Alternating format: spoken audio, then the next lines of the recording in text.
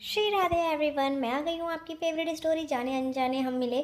आज का एपिसोड लेके आज का एपिसोड बहुत ही धमाकेदार होने वाला है, जहाँ हम देखते हैं कि शारदा बुआ जो एक नई चाल चलने वाली है रीत और राघव को अलग करने की पूरी तरीके से, क्योंकि यहाँ पे वो राघव और रीत के इस झगड़े के बीच में अपने आप का जो प्लान है वो एग्जीक्यूट करने वाली है। यहाँ पे हम देखते हैं कि राघव जो होता है अपने ऑफिस में बिजी रहता है और अपने वह जो एम्प्लॉय है उनसे बात करता रहता है कि ये सारी डिटेल्स कब तक आ जाएगी। और तभी वो एक एम्प्लॉय की बात करते हैं, स्टाफ की, जो यहाँ पे ट्रांसफ़र होने वाले होते हैं और उनकी वाइफ उन्हें छोड़ के चली गई होती है, जिसकी वजह से वो लोग आपस में बात करते हैं कि अच्छा हुआ उनकी वाइफ ने छोड़ दिया, ऐसे इंसान के साथ कौन रह सकता है। तभी यहाँ दूसरी तरफ हम देखते हैं कि राघव जो होता है वो उन लोग को डांट लगाता है और बोलता है कि आप लोग यहाँ पे काम करने आते हैं, ना कि किसी स्टाफ की मैरिड लाइफ को डिस्कस करने। तभी यहाँ दूसरी तरफ हम देखते हैं कि बुआ जी जो होती है वो रीत को ये बताती है कि किस तरीके से राघव को इम्प्रेस करना है, किस तरीके से उसके लिए ये प्लानिंग करनी है। और यहाँ पे हम देखते हैं कि वो इस प्लानिंग को सिर्फ एक दिखावा करती है कि वो उसकी हेल्प करना चाहती है, पर डायरेक्टली वो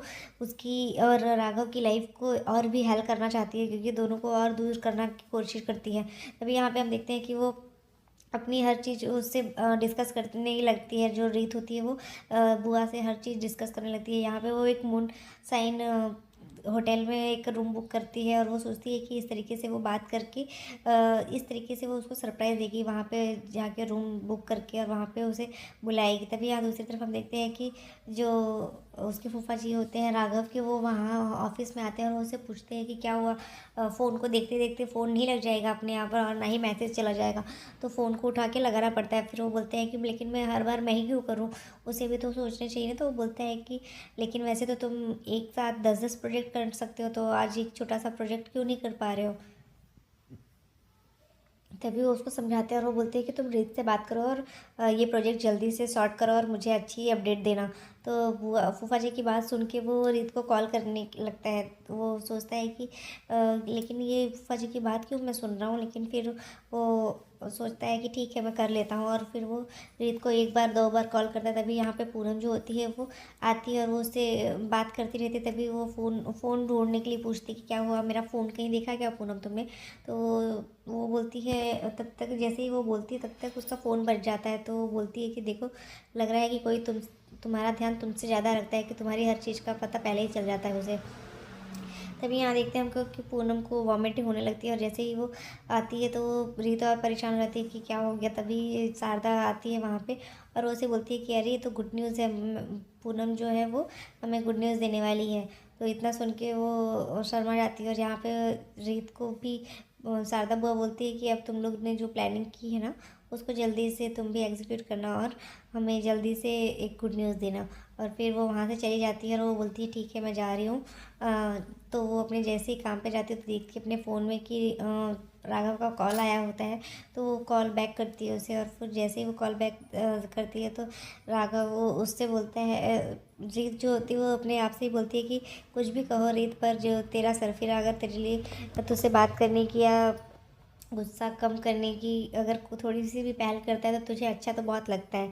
फिर इतना बोल के वो उसे कॉल करती तो वो उससे पूछती कि आपने कॉल किया था, क्या हुआ, आप मुझे मिस कर रहे थे। तो वो बोलती है कि सॉरी। तो यहाँ पे राघव उसको इस तरीके से प्रिटेंड करता है कि वो उसे मिस नहीं कर रहा है और ना ही उसे कोई फ़र्क पड़ रहा है। तभी दूसरी तरफ हम देखते हैं कि वो एक ऑटो में बैठ के चली जाती है और यहाँ पे वो उसे बोलता है कि मैं तुम्हें मिस नहीं कर रहा था। तो वो बोलती है कि आपके 2 मिस कॉल आए हुए थे, तो मैं सोची आप शायद मिस कर रहे होंगे। तभी दूसरी तरफ हम देखते हैं कि यहाँ उन्नति जो होती है वो बबली के कमरे में जाती है और उसका फ़ोन देखती है। और जैसे ही उसका फ़ोन बबली सोई हुई होती है और उसके फ़ोन को अनलॉक करती है उसके फिंगरप्रिंट से। उसके बाद वो उसमें देखती है। तभी यहाँ पे बबली को सपना आया होता है, बहुत बुरा सपना देखी होती है।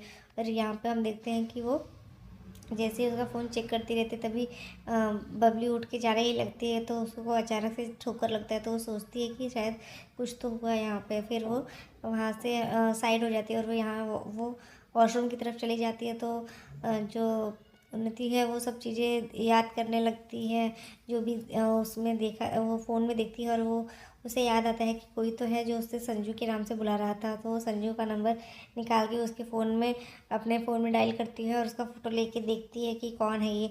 और फिर वो उससे कॉल करती है और यहाँ पे जैसे ही वो ये सब देखती है उसके बाद वो वहाँ से चली जाती है। दूसरी तरफ हम देखते हैं कि जो रीत होती है वो सारी डेकोरेशन कंप्लीट कर चुकी होती है, और यहाँ पे वो कैंडल्स सजेस्ट करती है, सोचती है कि कौन सा कैंडल लगाओ। और यहाँ पे शारदा जो होती है वो सोचती है कि अभी तक तो मुझे उसके रूम का नंबर तो पता ही नहीं है, वो कैसे पता चलेगा कि कौन से रूम में है।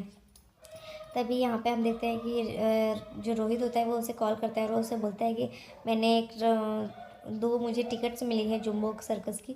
तो वो बोलता है कि अच्छा ठीक है, तो तू चलेगी क्या मेरे साथ? तो वो बोलता है कि नहीं, जो रीत होती है वो बोलती नहीं, एक्चुअली मैंने आज एक सरप्राइज़ रखा है राघव के लिए, तो फिर मैं नहीं आ पाऊँगी।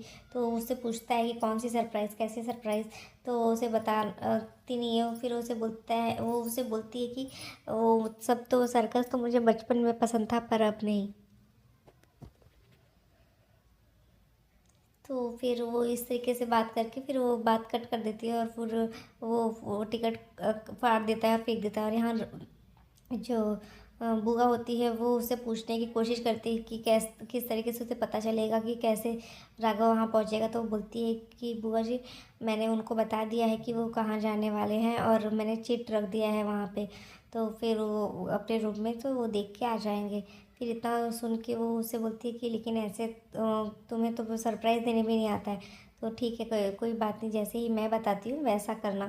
तो वो जैसे ही घर पे आता है राघव, तो बुआ होती है जो, वो उसे बोलती है कि तुम ये लो, दे के मेरी फ्रेंड लोगों ने कीर्तन करवाया है तो वहाँ पे तुम्हें जाना पड़ेगा बेटा, तो तू ये लेके जाओ और ये शगुन के पैसे वहाँ पे चढ़ा देना। तो फिर इतना बोल के फिर वो उसे बोलता है कि क्या हुआ आपको? तो वो बोलता है कुछ नहीं कुछ नहीं, बस तुम ये जाके चढ़ा देना। तो वो उसे बता देती है कि ऐसा ऐसा करना है, और वहाँ पे वो उसके लिए कुछ अलग ही प्लान करके रखती है। और यहाँ दूसरी तरफ हम देखते हैं कि उन्नति जो होती है वो सोनू का पता लगाने के लिए आती है। और वो सोनू जो होता है वो एक बहुत ही टपोरी टाइप का लड़का होता है, और वो देख के उसे बोलता है कि देखने से तो तुम बहुत भली भांति भली घर की लगती हो, और देखने में भी ठीक ठाक है। तो फिर ये सब बोल के फिर उसे बोलता है कि क्या हुआ, तू क्यों बुलाई मेरे को यहाँ पे? तो उससे पूछती है कि बबली से क्या रिश्ता है तेरा, और क्यों बबली की को फ़ोन करता है बार बार? तो वो उससे बोलता है कि लेकिन मैं ये क्यों बताऊँ तुझे? तो फिर वो उसे बोलती है कि वो उसे पैसे दिखाती है, तो वो सब जो चीज़ें होती है वो बताने लगता है। फिर से वो आधी बात बताता है, फिर उसको पैसे दिखाती है, तो फिर से वो दूसरी बात बताता है। तो वो बोलता है कि मैं अपने बच्चे के लिए वहाँ पे उसके साथ रहता हूँ, और वो मेरे बच्चे की माँ बनने वाली है। तो इतना बोल के उसको बहुत ही गुस्सा आने लगा आता है, और फिर वो उसे बोलती है कि तुम दूर रहो उससे। तो उसे बोलता है कि मैं अपनी गर्लफ्रेंड से दूर रहूँ कि पास रहूँ, उसके लाइफ में आऊँ कि ना आऊँ, तुझे उससे क्या? फिर उसे वहाँ से छोड़ के चली जाती है वहीं पे। और दूसरी तरफ हम देखते हैं कि जो राघव होता है वो उस एड्रेस पे पहुँचता है, तो वो बोलता है कि बहुत ही छोटे होटल में उन्होंने कीर्तन रखवाया है, नेक्स्ट टाइम बोल दूँगी कि मेरे बैंकेट को बुक कर लेंगी।